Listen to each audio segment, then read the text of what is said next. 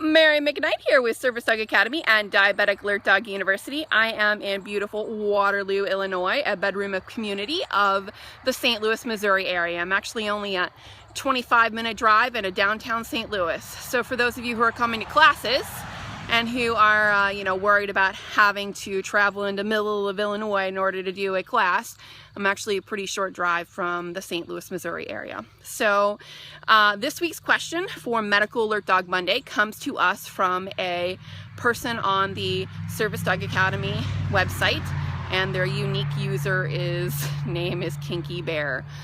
Kinky Bear wants to know if we can utilize human food as a reward for our dogs.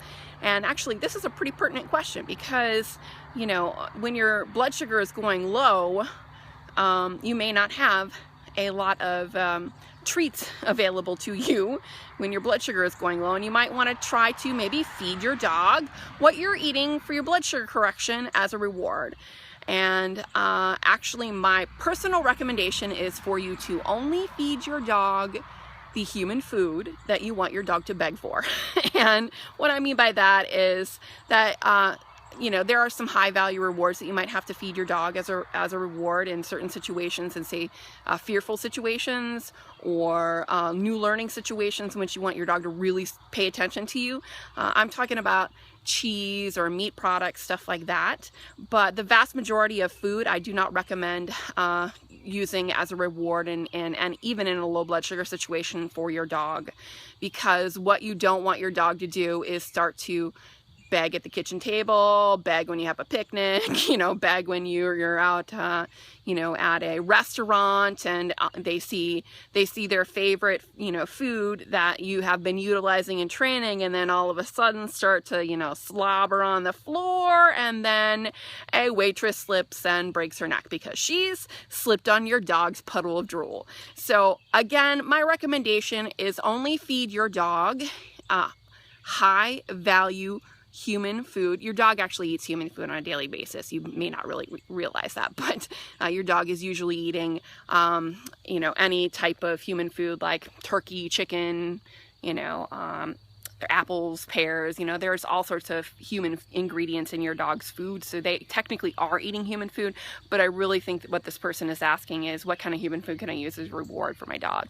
And my recommendation is only, pick a couple things that your dogs really enjoy and stick to those. Don't, cut up an apple, eat part of it, and then give it to your dog. Or don't, grab an orange, have 8 slices and give the 9th to your dog.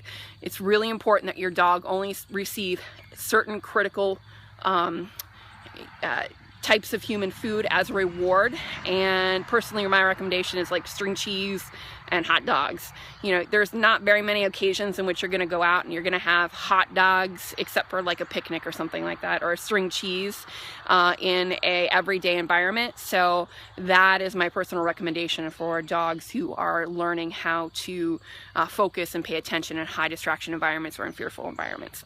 You can obviously move to other types of foods, but I recommend that you only use a couple of really high value exact foods for your training, because you do not want your dog begging for all different types of foods, and you don't want your dog associating food with plates or with cups or saucers or with the kitchen preparation area or anything like that. So again, my answer to this question is only utilize the type of food that you want your dog to beg for.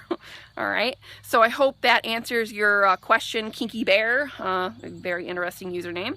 And I look forward to answering your questions next week when we restart the YouTube video series, Medical Alert Dog Monday. Just to let you know, there is a class coming up here in the St. Louis, Missouri area. That would be July 1st through July 4th. So you do not actually have to take any time off work to come to this class. Again, it's the 4-day Medical Alert Dog training class, and it's being held here in beautiful Waterloo, Illinois. Again, that's July 1st through July 4th of 2016. So I am looking forward to helping you with training your medical alert dog if you are interested. And then also I'm also available for Skype appointments if you are not in this physical area or do not want to attend one of the classes. I am now being eaten by mosquitoes, so it's time for me to say sayonara.